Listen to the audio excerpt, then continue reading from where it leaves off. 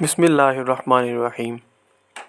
بسم اللہ الرحمن الرحیم کی عجیب و غریب فضیلت ابن مردویہ میں ہے کہ رسول اللہ صلی اللہ علیہ وآلہ وسلم نے فرمایا کہ مجھ پر ایک ایسی آیت اتری ہے کہ کسی نبی پر سوائے حضرت سلیمان علیہ السلام کے ایسی آیت نہیں اتری۔ وہ آیت بسم اللہ الرحمن الرحیم ہے۔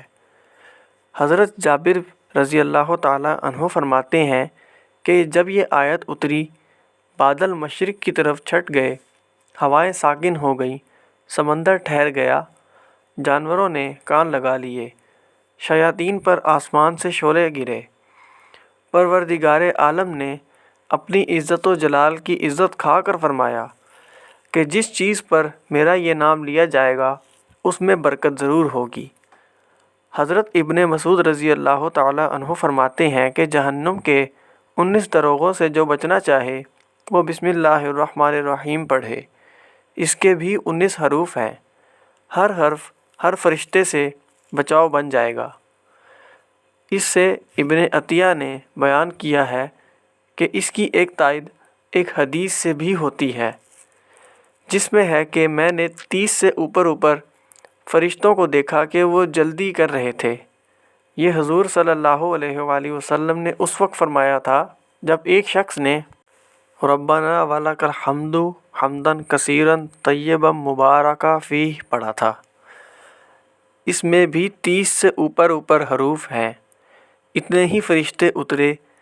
اسی طرح بسم اللہ الرحمن الرحیم میں بھی 19 حروف ہیں اور وہاں فرشتوں کی تعداد بھی 19 ہے۔ مسند احمد میں ہے، حضرت صلی اللہ علیہ وآلہ وسلم کی سواری پر آپ کے پیچھے جو صحابی سوار تھے ان کا بیان ہے کہ حضور صلی اللہ علیہ وآلہ وسلم کی اونٹنی ذرا پھسلی تو میں نے کہا کہ شیطان کا ستیہ ناس ہو۔ آپ صلی اللہ علیہ وآلہ وسلم نے فرمایا، یہ نہ کہو، اس سے شیطان پھولتا ہے اور خیال کرتا ہے کہ گویا اس نے اپنی قوت سے گرایا۔ یہاں بسم اللہ کہنے سے وہ مکھی کی طرح ذلیل و پست ہو جاتا ہے۔